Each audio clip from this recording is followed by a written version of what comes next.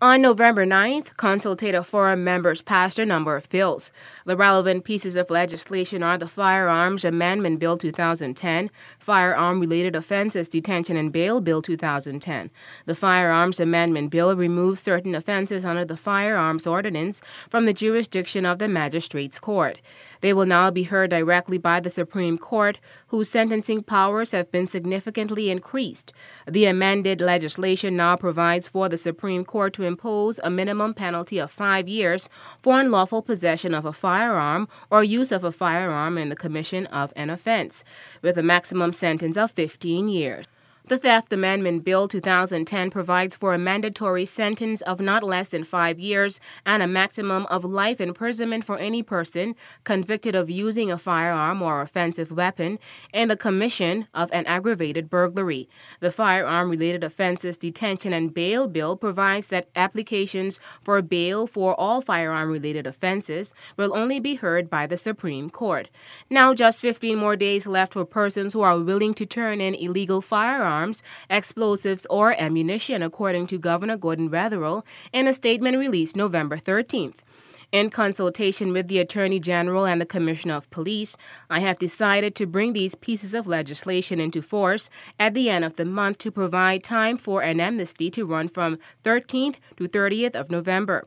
The amnesty is specifically to allow for any persons who, for whatever reason, may be in possession of an illegal firearm, explosive, or ammunition to voluntarily surrender or disclose the location of such items. This is a final opportunity for people to surrender offensive weapons without the threat of arrest.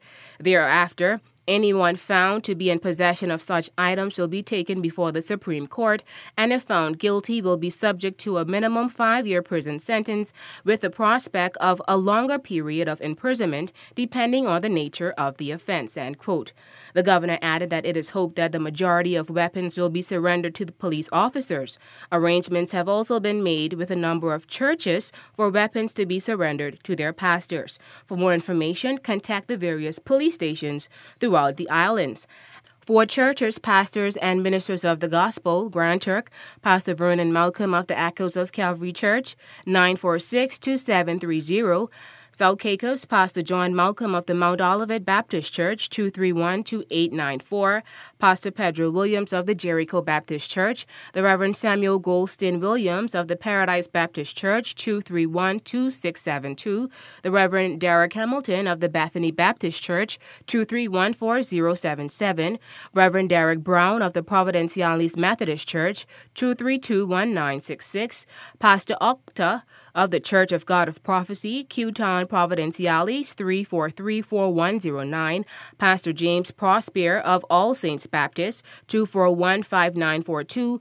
Salt Key, Pastor Noel Hamilton, Salt Key Methodist Church, 242-4625. North Caicos, Pastor Fuller Gardner of the Lighthouse Church in Q, 946-7073 or 946-7142.